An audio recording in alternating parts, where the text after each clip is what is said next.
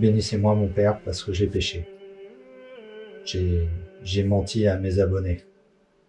Bon, c'était pas la première fois, hein, je leur mens tout le temps en fait. Bon, le plus gros des mensonges, c'est que je continue de leur faire croire que je sais ce que je fais, alors que non, pas du tout. Ça fait 4 mois que je me suis pas confessé, et depuis les 4 mois, il s'est passé des choses. Pendant les 3 derniers épisodes, j'ai à chaque fois annoncé que le prochain c'était la préparation avant peinture, alors que non, pas du tout. À chaque fois, j'avais d'autres choses à faire. Et même aujourd'hui, dans ce nouvel épisode, qui devrait parler que de la peinture, il y a encore de la préparation avant peinture. Je fais que de leur mentir. Tout le temps, tout le temps, tout le temps. Du coup, j'ai honte, mais je vais encore devoir les forcer à regarder des réparations ou de la préparation pendant 15 minutes. Et après, il ne restera plus beaucoup de temps pour la peinture. Quand je vois ce que certains ont créé en 7 jours. 7 jours, la Terre. Et que moi, j'ai du mal à peindre une quinzaine de pièces en une semaine. Je crois qu'avec la notoriété, le succès m'est monté à la tête et à un moment, je me suis pris pour Dieu. Voilà, je pense qu'on a fait le tour pour ce qui concerne ma chaîne YouTube. On peut passer au sujet personnel maintenant. Ça va être long. Je te pardonne, mon fils. Mais t'as intérêt à te sortir les doigts du cul maintenant. Tu vas me réciter 3 AV YouTube et 1000 Dominus, abonne-toi à ma chaîne. Amen.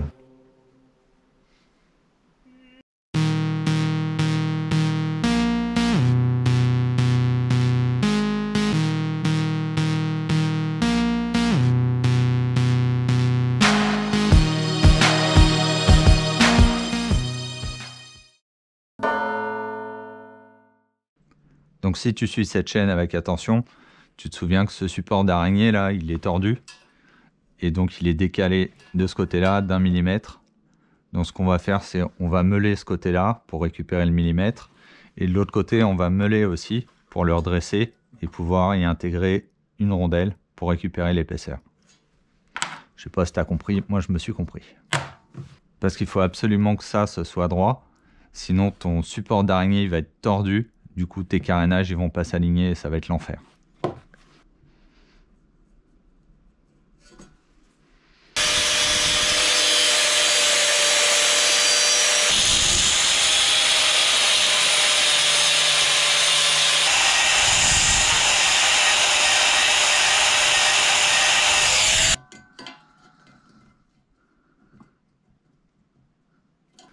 Alors, je vais pas te mentir, la peinture, c'est pas là où je suis le plus à l'aise.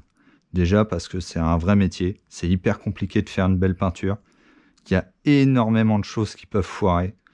T'as beau préparer aussi bien que tu peux ta pièce, avoir le bon matos, connaître les règles, il peut toujours arriver quelque chose. Donc vraiment, moi, je vais pas te faire un tuto ou quoi que ce soit. Moi, je peins avec mon expérience. Donc ne considère pas ce que je vais faire comme étant la façon de faire les choses. Comment je me défausse. Alors comment on va maquiller ce cadre? Il y avait plusieurs options comme je disais. Soit je pouvais mettre des caches en carbone ou en Kevlar dessus, ça allait masquer les bosses. Soit l'autre option c'était de le peindre en noir, il y en a beaucoup qui le font. Et moi j'ai choisi la troisième option. L'option expérimentale avec un taux de réussite incertain. On va tenter une peinture imitation alu. Je vais utiliser un après-avant peinture parce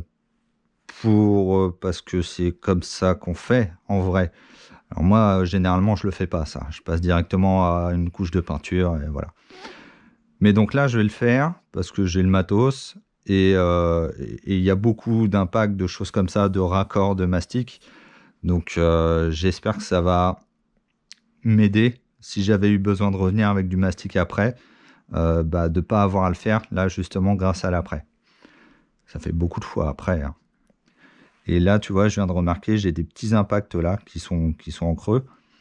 Et du coup on va voir si l'après va me permettre de combler ça. Ou si je vais être obligé de revenir avec un mastic après. J'ai encore dit après. Mais qu'est-ce qui nous arrive? Alors tu vois, je sens encore des choses. Ici par exemple, il y a une bosse, mais il n'y a pas de défaut, hein. Donc ici on a vraiment déjà une bosse d'origine, et il y a la même de l'autre côté. Donc je me dédouane là en me disant que si après la peinture et le brossage, on voit quelque chose ici, mais c'est de la faute du cadre, c'est de la faute de Monsieur Honda. Là tu vois, il y a 2 rayures, elles se sentent un peu à l'ongle. On va voir si l'après ça corrige ça. Donc on va pouvoir appliquer l'après maintenant. Donc on a besoin de l'après, du diluant et du durcisseur que j'ai oublié de commander, comme un gros débile. Donc ça on peut pas avancer pour l'instant. Donc on va passer sur toutes les petites pièces qui sont à peindre en noir.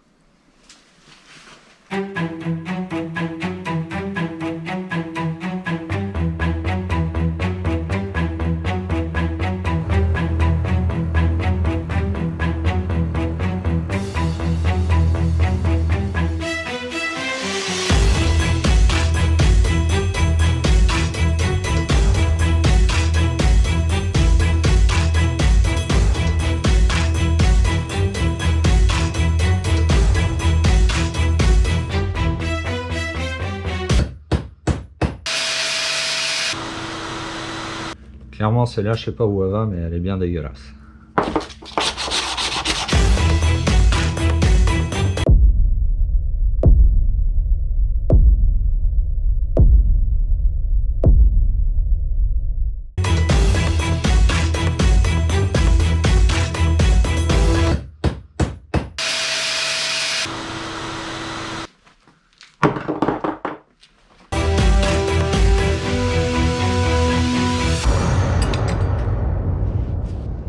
Donc avec mes centaines d'années d'expérience en peinture, j'ai surtout appris deux choses très importantes.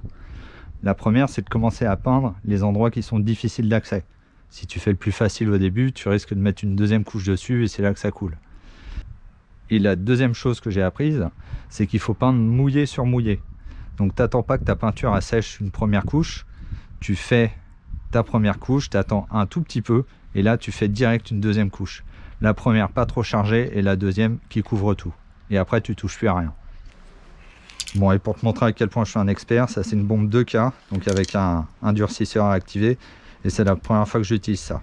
Donc évidemment cette vidéo devient un tuto. Et tu peux suivre exactement ce que je fais, ce sera parfait.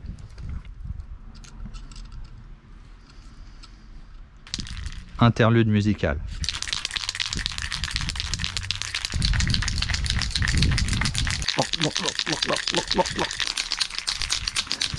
Ouais, c'est bon. C'est 2 minutes américaines. On va commencer par les plus moches.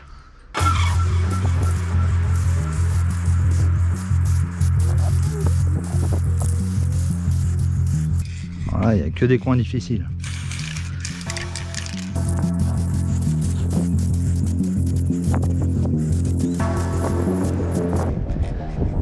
Saloperie de vent.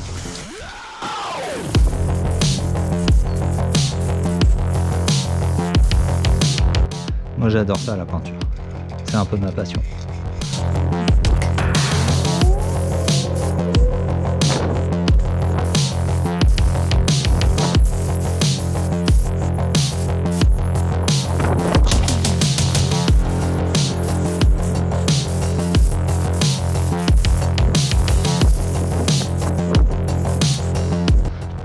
Hop, première couche, on passe à la deuxième. Et là, tu jauges à la brillance. Bon, là, c'est dégueulasse, hein, mais la pièce est dégueulasse.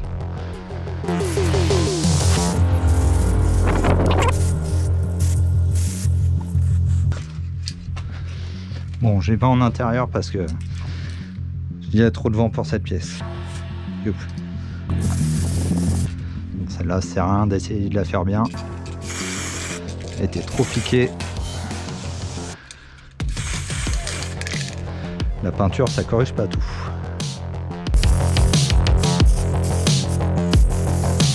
En fait, ici, à cette lumière, tu vois mieux les endroits où il te manque de la peinture surtout. Si tu as une goutte, c'est trop tard, hein. Tu la verras aussi bien dehors que dedans. Ouais, je mets beaucoup de peinture, mais la bombe, elle se réutilise pas. Donc, une fois que j'ai fini, c'est poubelle. Et vu que ça coûte, je crois, 16 balles, Voilà. Donc j'ai pas de conseils à te donner pour le séchage. Moi je fais ça dehors au soleil de façon à ce que ça puisse attraper tous les insectes. Mais toi tu peux aussi bien le faire à l'intérieur, essayer d'attraper toute la poussière. C'est comme tu veux, tu choisis. C'est aussi joli l'un que l'autre. Là c'est bon, hein, je suis sûr que c'est bon. Mais ça te démange d'attraper la bombe et de refaire un petit coup dessus. Et en fait c'est là où tu vas faire une connerie. Là ça va te faire un grain, un pot de pêche. Parce que tu vas juste mettre un voile et il va pas se diffuser avec le reste de la peinture. Ça va juste faire un voile dégueulasse. Donc là faut laisser.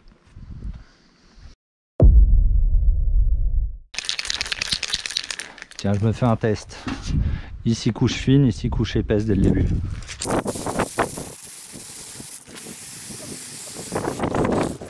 On attend. Deuxième couche. Chargé et chargé.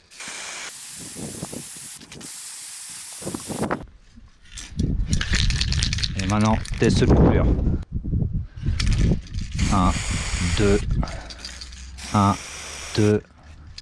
Bon alors je sais pas si c'est une preuve empirique, mais sur la partie où il y avait une couche fine, une couche épaisse, ça n'a pas coulé, tandis que là où il y avait deux couches épaisses, ça a coulé. Donc c'est pour ça que je dis, moi je préfère faire une couche fine et après une couche épaisse. Ça évite le risque de coulure. T'imagines que ce que j'ai mis en plus là, c'était la deuxième couche un peu trop chargée. Bah là, elle l'a mieux absorbé que là. Et pourtant ça couvre autant ici que là.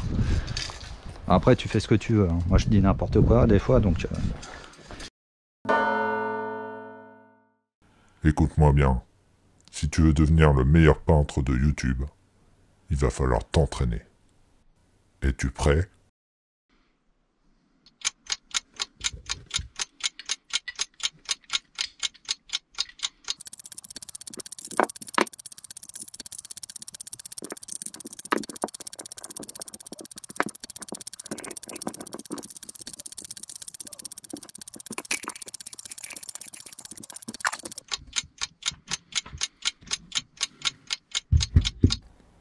Félicitations. Ton entraînement est terminé.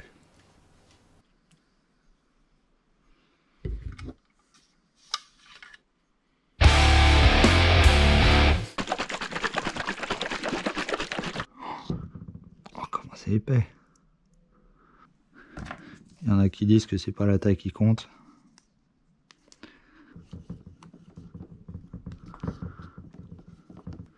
Ah, pas faire couler sur la notice.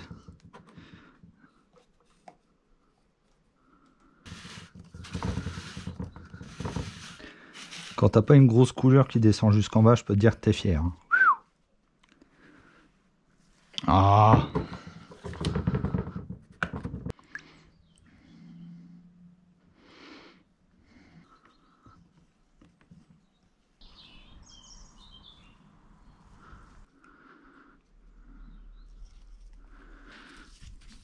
Allez, ça coule pas là, donc c'est cool. Je peux dire quand ça coule là, t'es dans la merde.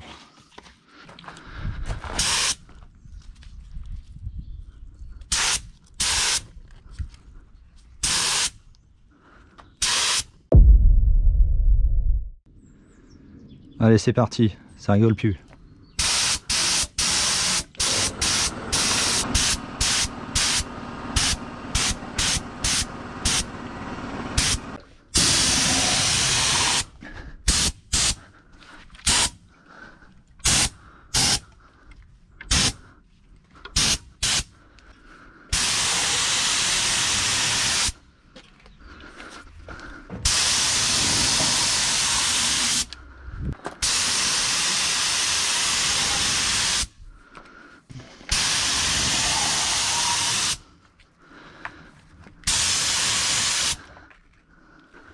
Ah, une couleur là, super. Oh bah là aussi. Oh l'énorme couleur là.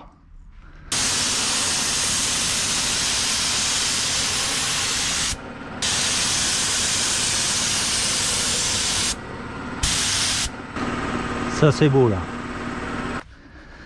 Bon, c'est pas tout beau hein. On va laisser prendre un peu, puis après on fera les les grandes surfaces.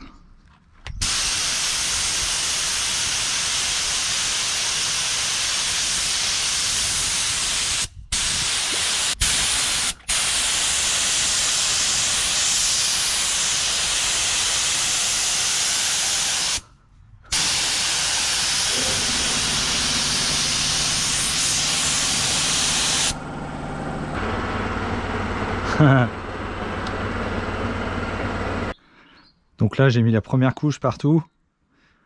Je suis censé en mettre une deuxième dans 45 minutes, 1 heure. Je sais pas si je vais le faire. Et maintenant, on va passer à la partie la plus fun, le nettoyage du pistolet.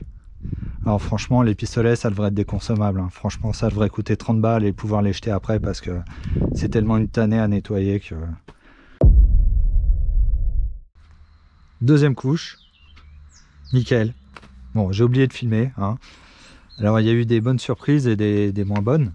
Les bonnes surprises, c'est que les petits trous qu'il y avait là, bah, ils ont disparu. Les rayures aussi de l'autre côté, on les voit plus. Donc ça, nickel. Par contre, j'ai réussi à bien chier des coulures là. Là, j'en ai une là, une là. J'en ai une longue de l'autre côté.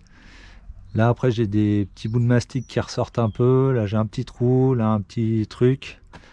Donc voilà, il y aura un tout petit peu de mastic à 2-3 endroits. Mais sinon, on est pas mal.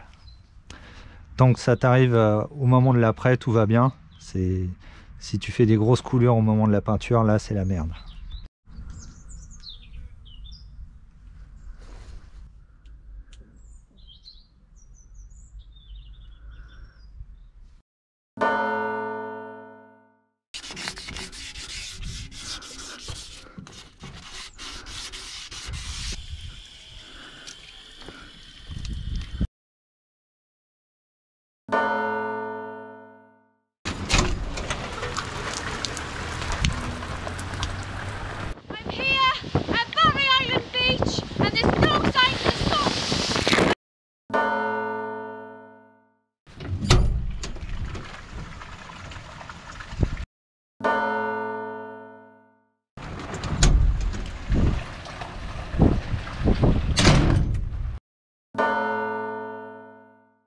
Bon, ça fait une semaine que j'essaye de peindre ce cadre, mais la météo est pas avec moi. Ça fait une semaine qu'il flotte non-stop. Il y a du vent, c'est l'enfer, quoi.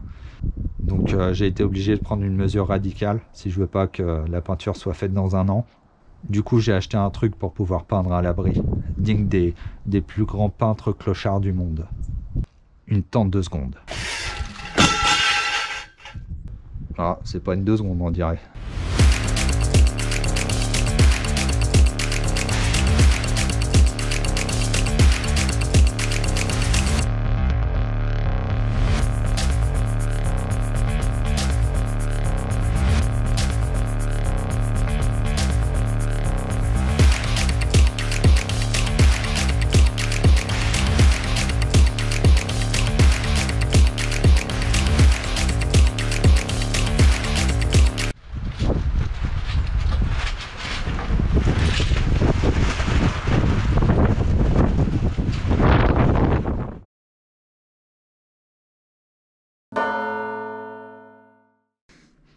Toujours le pouce très près de la lame.